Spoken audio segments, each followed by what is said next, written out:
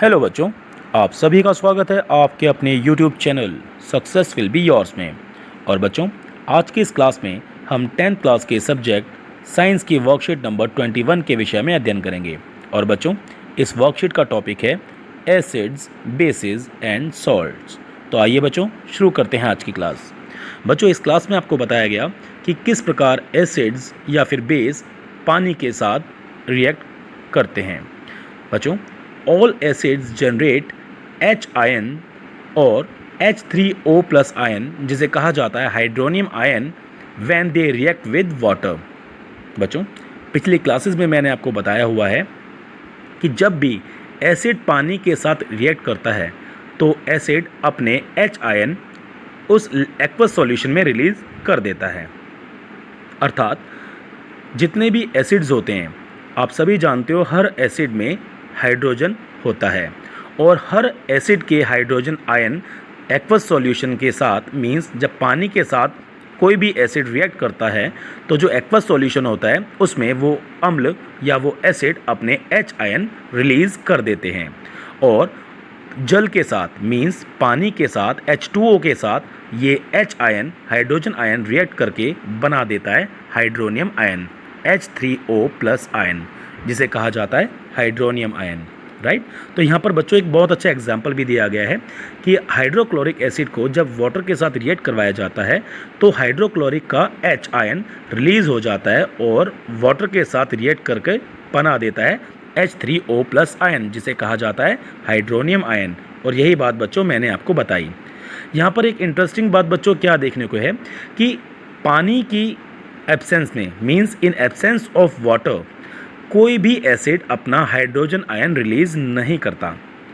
तो hydrogen ion release करने के लिए किसी भी एसिड को पानी के साथ रिएक्ट करवाना होता है, क्योंकि पानी के साथ रिएक्ट करने पर वो हाइड्रोजन आयन रिलीज़ हो जाता है और उस पानी के साथ मिलकर बना देता है hydronium ion, H3O plus ion.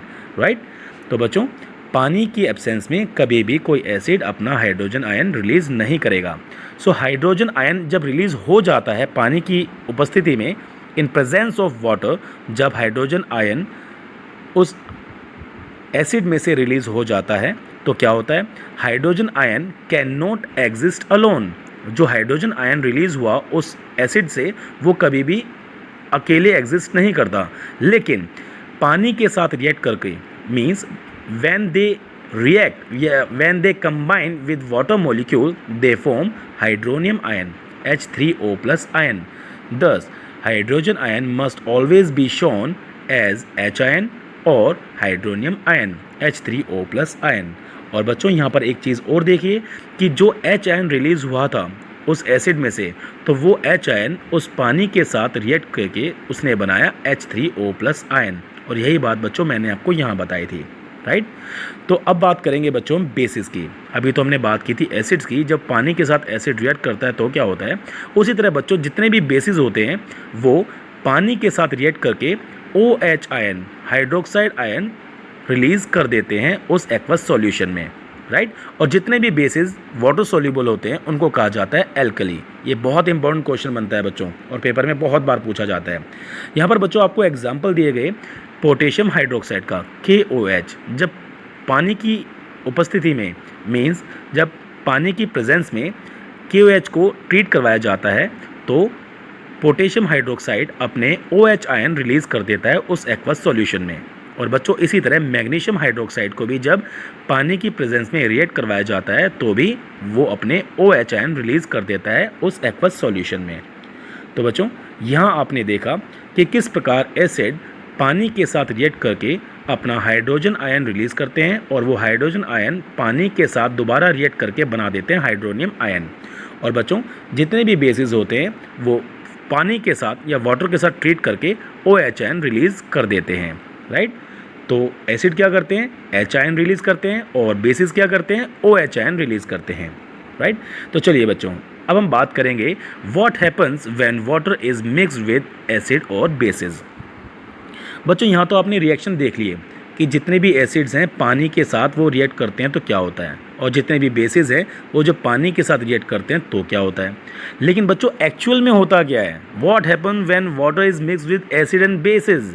अब मैं आपको बताता हूँ बच्चों, जब भी हम किसी एसिड को पानी के साथ डिज़ोल्व करते हैं या किसी बेस को पानी के साथ डिज़ोल्व करते हैं, उसको रिएक्ट करवाते हैं, तो ये रिएक्शन, ये केमिकल रिएक्शन बहुत ही ज़्यादा हाईली एक्सोथर्मिक होता है। मींस जब ये रिएक्शन होता है तो बहुत ही ज़्यादा क्वांटिटी में हीट निकलती है, इसीलिए ऐसे रिएक्शंस को कहा जाता है एक्सोथर्मिक रिएक्शन। तो बच्चों जब भी किसी एसिड को या किसी बेस को पानी के साथ रिएक्ट करवाएंगे तो हमेशा वो जो रिएक्शन होगा वो एक्सोथर्मिक रिएक्शन होता है। And care must be taken while mixing concentrated nitric acid और सल्फ्यूरिक एसिड विद वाटर। इसीलिए बच्चों कहा जाता है कि जब भी कोई कंसनट्रेटेड एसिड है उसको डाइल्यूट करने के लिए जब पानी के साथ रिएक्ट करवाया जाता है तो बहुत ही सावधानी बरतनी चाहिए। The acid must always be added slowly to water with constant stirring. बच्चों मैंने आपको पिछली क्लासेस में भी ये बात बताई थी कि जब भी किसी कॉन्सनट्रेटेड एसिड को हमें डाइल्यूट करना होता है तो हम उस कॉन्सनट्रेटेड एसिड को हम रिएक्ट करवाते हैं वाटर के साथ, लेकिन जो कंटेनर होता है उसके अंदर पहले से हम पानी रखते हैं और उसके बाद ऊपर से ड्रॉप बाय ड्रॉप हम धीरे धीरे उसमें कंसनट्रेटेड एसिड मिलाते हैं। क्योंकि बच्चों ये जो रिएक्शन होता है ये बहुत ही ज़्यादा एक्सोथर्मिक रिएक्शन होता है, बहुत ही ज़्यादा क्वांटिटी में हीट निकलती है, इसीलिए सावधानी बरती जाती है और यहाँ पर पानी के अंदर एसिड मिलाया जाता है, ना कि एसिड में पानी। ऐसा नहीं है कि कंटेनर में एसिड मिला डाल दो उसके बाद ऊपर से पानी, नहीं, ऐसा करने से बहुत ही ज़्यादा क्वांटिटी में हीट निकलेगी और वो जिस भी कंटेनर में आप ये रिएक्शन करवा रहे हो वो कंटेनर टूट जाएगा और आपको हानि पहुंचा देगा, क्योंकि ऐसे केसेस में यहाँ पर ब्लास्ट भी हो सकता है और आपको बहुत ज़्यादा नुकसान पहुंच सकता है। तो बच्चों हमेशा जब भी किसी कंसनट्रेटेड एसिड को उसको डाइल्यूट करना होता है तो हम पानी में एसिड मिलाते हैं, ना कि एसिड में पानी, राइट। तो ये बात बिल्कुल याद रखना आप हमेशा। The acid must always be added slowly to the water with constant stirring. धीरे धीरे उसको हिलाते हुए हम पानी में एसिड को मिलाते हैं। If water is added to concentrated acid then heat is generated may cause the mixture to splash out and cause burn. क्योंकि अगर आप कॉन्सनट्रेटेड एसिड के अंदर पानी मिलाते हो तो ऐसा करने से उस मिक्सचर में स्प्लैश हो सकता है, धमाका हो सकता है और आपको नुकसान पहुंच सकता है। The glass container may also break due to the excessive local heat. और जिस ग्लास कंटेनर में आप ये रिएक्शन करवा रहे हो वो ग्लास कंटेनर भी एक्सेसिव हीट की वजह से टूट सकता है और आपको नुकसान पहुंच सकता है। इसी तरह बच्चों जो कॉन्सनट्रेटेड बेसिस होते हैं उनको भी यदि डाइल्यूट करना होता है तो हम पानी के अंदर उन बेसिस को मिलाते हैं, क्योंकि ये रिएक्शन, सभी रिएक्शन जो भी होते हैं वो एक्सोथर्मिक रिएक्शन होते हैं, राइट।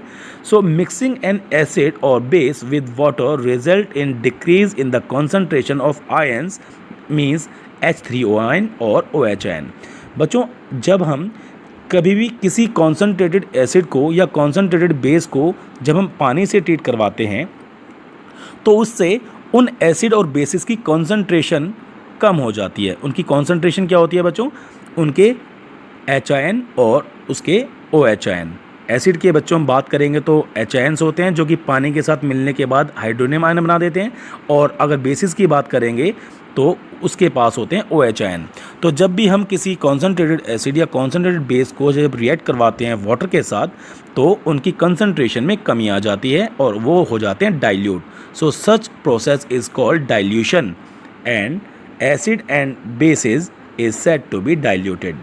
इसी तरह से बच्चों हम एसिड और बेस को डाइल्यूट कर देते हैं जब पानी में कंसंट्रेटेड एसिड या फिर कंसंट्रेटेड बेस को मिलाया जाता है, राइट। अब हम बात करेंगे बच्चों यूनिवर्सल इंडिकेटर की। यूनिवर्सल इंडिकेटर क्या होता है मैं आपको बताता हूँ। We learn about the dilution and decrease in the concentration of H ion और OH आयन इन सॉल्यूशन। जैसे कि बच्चों हमने H आयन और OH आयन सॉल्यूशन की कंसंट्रेशन के बारे में हमने ऊपर अभी पढ़ा, तो अब हम पूछेंगे can we quantitatively find the amount of these ions present in a solution, कि किसी सॉल्यूशन में इनके कितने आयन्स मौजूद हैं, क्या हम मेज़र कर सकते हैं। कैन वी जज how strong a given acid or base is, जो हमें एसिड और बेस हमें दिया गया है वो कितना स्ट्रॉन्ग है, क्या हमें पता लगा सकते हैं उसका हम? यस, हम इसके बारे में पता लगा सकते हैं। We can do this by making use of universal indicator.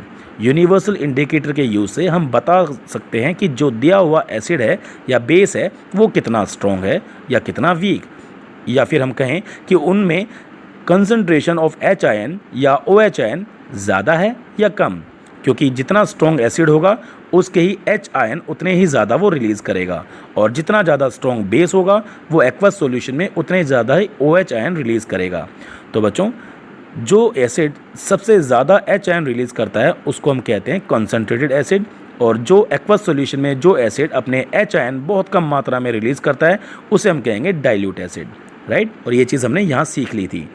और बच्चों, अब हम बात करेंगे यूनिवर्सल इंडिकेटर की, क्योंकि यूनिवर्सल इंडिकेटर के यूज़ से हम यह बता सकते हैं कि दिया हुआ एसिड स्ट्रॉन्ग है या week.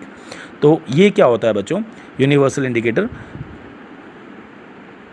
We can do this by making use of universal indicator which is a mixture of several indicators. जो यूनिवर्सल इंडिकेटर बनाया जाता है वो अलग अलग टाइप के सेवरल इंडिकेटर्स को मिक्स करके उसको बनाया जाता है। ऐसा इसलिए किया जाता है क्योंकि जो कंसंट्रेशन होती है किसी भी एसिड या बेस की, उसके हिसाब से ये यूनिवर्सल इंडिकेटर अपने कलर चेंज कर लेता है। मींस अगर कोई डाइल्यूट एसिड, मींस कोई यूनिवर्सल कोई इंडिकेटर की स्ट्रिप है, अगर इस स्ट्रिप के ऊपर कोई डाइल्यूट एसिड डाला जाए तो इसके कलर में बहुत हल्का सा बदलाव होता है, लेकिन अगर कोई ज़्यादा स्ट्रॉन्ग एसिड डाला जाए तो उसका कलर बहुत ज़्यादा डार्क होता जाता है और लेवल आगे बढ़ता जाता है। तो इसके द्वारा हम बता सकते हैं कि दिया हुआ एसिड वीक है या स्ट्रॉन्ग। इसी तरह जब इस यूनिवर्सल इंडिकेटर के ऊपर कोई बेस डाला जाता है, कोई डाइल्यूट बेस, तो उसका जो कलर है बहुत कम आपको दिखाई देगा, लेकिन जैसे जैसे स्ट्रॉन्गनेस बढ़ती जाएगी बेसिस की भी, वैसे वैसे उस इंडिकेटर की जो कलर है उसकी जो डार्कनेस है वो भी बढ़ती जाएगी, और इससे हमें पता चल जाएगा कि दिया हुआ एसिड या बेस कितना ज़्यादा स्ट्रॉन्ग है। तो बच्चों, ये जो कंटेंट था आज का हम यहाँ समाप्त करते हैं, और इस कंटेंट के बेसिस पर ये जो एक्सरसाइज के क्वेश्चंस आपको दिए गए हैं ये आप इजीली कर पाओगे, क्योंकि जो भी क्वेश्चंस बच्चों इसमें पूछे गए हैं वो सारा का सारा टॉपिक मैं आपको यहाँ एक्सप्लेन कर चुका हूँ। तो बच्चों, बहुत बहुत शुक्रिया आपका जो आपने अपना कीमती और वैल्यूबल वक्त दिया इस वीडियो को देखने में और इस कंटेंट को समझने में, और जितनी मेहनत आप हमेशा से करते हो बच्चों मेरी वीडियो देखकर, मैं आशा करता हूँ कि आज का कंटेंट भी आपको बहुत अच्छे से समझ में आया होगा और आप इसकी लिख लिख के प्रैक्टिस भी करोगे। So thank you very much मेरे बच्चों।